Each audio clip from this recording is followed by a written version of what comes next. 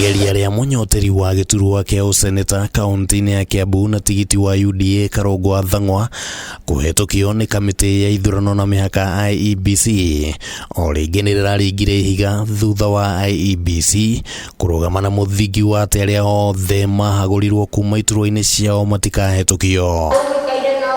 Karungo arekinyirie wabici-ini cia IEBC Kiambu mathaa-ini ma hwaini agitengerania na ihinda mbere ya mihang'o ino ihingitwo na ni kuraumirire njukaniriro ya miario gatagati ka mawakiri a IEBC na Karungo na kwa ihinda ria mathaa matatu ndugamano irehandano IEBC irarugama na murugamo wayo. Because the court lifted an order yesterday that had barred IEBC to clear me.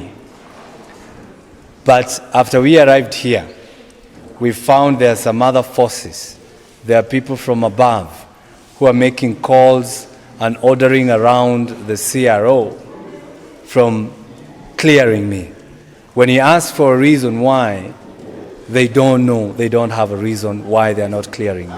IEBC is withering because if it cannot justify the reason for not clearing a candidate, then we are at a loss as to what will happen come August 29. Arnold Mutwiri uria niwe urarugamirire mihang'o ino araugire ati ndeto ya Karungo ingangirwo tu ni muikariri gitu wa IEBC wa Fula Bukati guku nake mawakiri ya Karungo makiuga ati ni maguthie kuri kamiti ya mwanya iria irathikiriria mateta maria matanahetukio.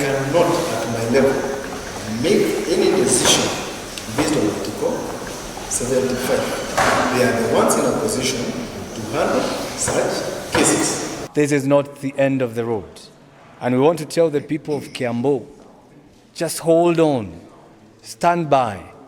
Do not at any moment feel like it's the end of the road.